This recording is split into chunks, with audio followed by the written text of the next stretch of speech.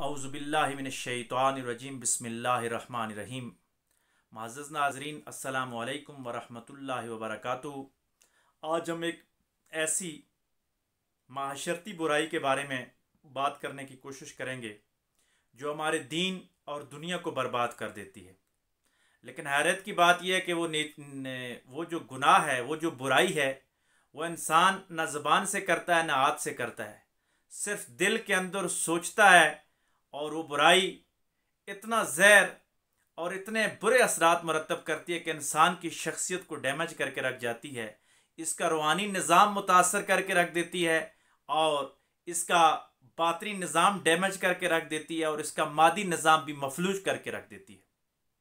वो गुनाह, वो बुराई मेरे करीम आका सल्लल्लाहु अलैहि वसल्लम की हदीस के मफ़हूम के मुताबिक आका अलैहिस्सलाम ने फरमाया कि हसद ऐसी चीज़ है कि ये नेकियों को इस तरह खा जाता है जिस तरह आग खुश्क लकड़ी को खा जाती है। ये आपकी नेकियां बर्बाद करके रख देता है। 100 साल की इबादत ज़ाया हो जाती है, सारी ज़िंदगी के सजदे रायगान चले जाते हैं, आपकी नमाजें, आपकी तिलावत कुरान, आपकी तहज्जुद सब ज़ाया हो जाती है।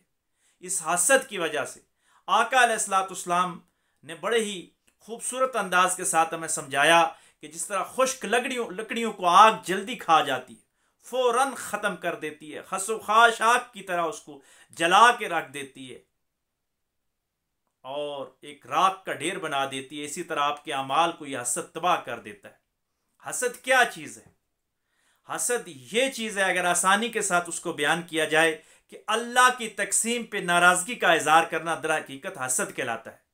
कि अल्लाह तबारक व तआला ने किसी को कोई नियामत अता की, हमारे किसी दूसरे इंसान को वो नियामत अता हुई, हमारे किसी मुसलमान भाई को कोई नियामत अता हुई, तो बस मेरे दिल के अंदर अगर आग लग गई, मैं बुरा समझना शुरू हो गया और मेरे अंदर ये सोच पैदा होगी कि इसको ये नियामत क्यों मिल गई, इसको इज्जत क्यों मिल गई, इसको दौलत क्यों मिल गई, इसको शोहरत क्यों मिल गई, इसको इल्म क्यों मिल गया, इसका अखलाक अच्छा क्यों है, इसकी औलाद अच्छी क्यों है, इसके घर का निज़ाम अच्छा क्यों है।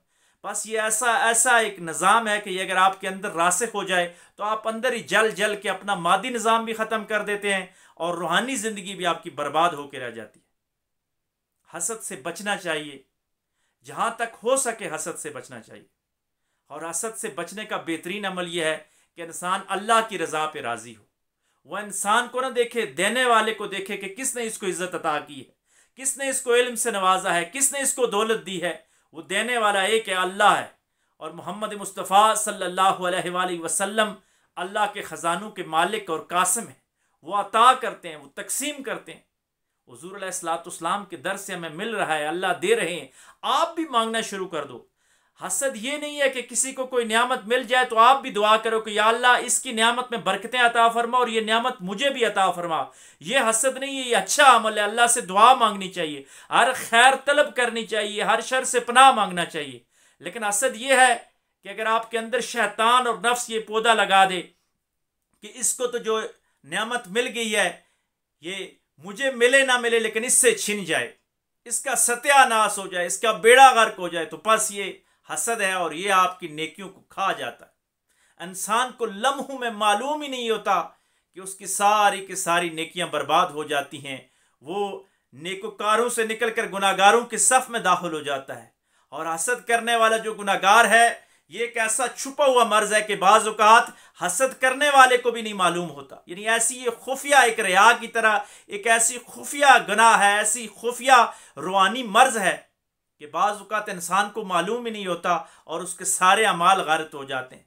वो बुरों की सफ में खड़ा हो जाता है, बज़ाहिर इबादत भी हो सकता है कर रहा हो, नमाजें भी पढ़ रहा हो, ज़कात भी दे रहा हो, सदका खैरात भी कर रहा हो, लेकिन किसी के खिलाफ अगर उसने कीना पाला हुआ है, बोझ रखता है, असद रखता है, तो सारी नेकियां बर्बाद हो जाती। जिस तरह खूबसूरत दूध हो तो दूध के अंदर ज़रा सी भी अगर गलाजत आप डाल दें तो वो दूध सारे का सारा बेकार हो जाता है। इसी तरह ये हसद, बज़ाहिर छोटे सा भी अगर हसद हो, बहुत इतना बारीक सा भी किसी के खिलाफ आप हसद रख रहे हो, तो ये आपका सारे का सारा वो नेकियों वाला नूर बर्बाद करके रख देता है। ये अंधेरों में उसको तब्दील कर देता है। ये बातिल का रास्ता है, हक का रास्ता नहीं है। हसद कभी भी हक के रास्ते पे नहीं जा सकता। तो कोशिश करें कि हसद से बचने की कोशिश करें। और हसद से बचने का जो बेहतरीन रास्ता है कि अल्लाह वालों की सोबत इख्तियार की जाए, ऐसे माहिरीन कुलूब के पास बैठा जाए जो बातनी अमराज को जानते हों, जो जानते हों कि हसद किस तरह ख़त्म होता है। और हसद ख़त्म होने का एक ही इलाज है और एक ही राज है कि आप अल्लाह की तकसीम पे राज़ी हो जाएं। किसी के पास भी कोई नियामत देखें तो फ़ौरन कहें कि माशा अल्लाह ला हौला वला कुव्वता इल्ला बिल्लाहिल अलीयुल अज़ीम, कि मेरे अल्लाह का दिया सारा कुछ है, अल्लाह इसको और बरकतें अता फरमाए, मुझे भी वो नवाज दे। अल्लाह के ख़जाने इतने ज़्यादा हैं कि बुज़ुर्ग फरमाते हैं कि अगर अल्लाह मखलूक जितना भी मांगती है, सब की ख्वाहिशात अल्लाह इसी दुनिया में पूरी कर दें, तो अल्लाह के ख़जाने में इतनी कमी भी नहीं आ सकती जितनी दरिया में अगर पानी जा रहा है और एक सुई मारी जाए और सुई के साथ जितना पानी बाहर आता है, इतनी भी कमी अल्लाह के ख़जानों में नहीं हो सकती। क्योंकि अल्लाह इन अल्लाह अला कुल्लि शैइन कदीर है, वो तो मालिक है, वो खालिक है, उसके पास सब कुछ है, उसी से मांगिए और उसकी तकसीम पे राज़ी रहिए, आप हसद कभी नहीं करेंगे।